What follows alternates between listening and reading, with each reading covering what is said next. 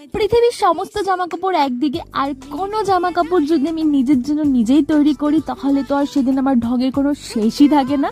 মানে আমি সেদিন নিজেকে পরি বলে মনে করি। তো যাই হোক, এখানে যে সোয়েটারটা আর মাফলারটা দেখলে আমি পরে রয়েছি সেটা আমি নিজের জন্য নিজেই তৈরি করেছিলাম।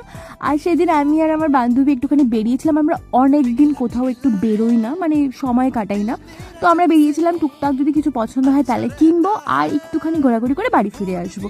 তো এই কানেরগুলো আমার অনেক দিন ধরে কেনার ইচ্ছে ছিল, তো আমি এই দুটো নিয়ে নিয়েছিলাম। আর তারপর এদিক ওদিকে কাজ মিটিয়ে তারপর সোজা চলে গিয়েছিলাম একটা ক্যাফেতে। আর আমাদের কপালটা এতই খারাপ ছিল যে আমরা সেদিন এমন একটা ক্যাফেতে ঢুকেছিলাম যেখানে কোনো অপশান ছিল না। তো আমরা নিয়ে নিয়েছিলাম ভেজ পকোড়া আর কফি নিয়ে নিয়েছিলাম।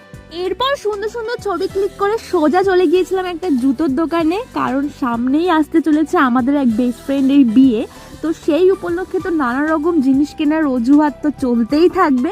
আর এখানে এই সাদা আর কালো জুতোর মধ্যে কোনটা যে নেবেও সেটা নিয়ে তো মানে অনেকক্ষণ ধরেই কনফিউজ ছিল। তো অবশেষে এই কালো জুতোটাও নিয়েছিল।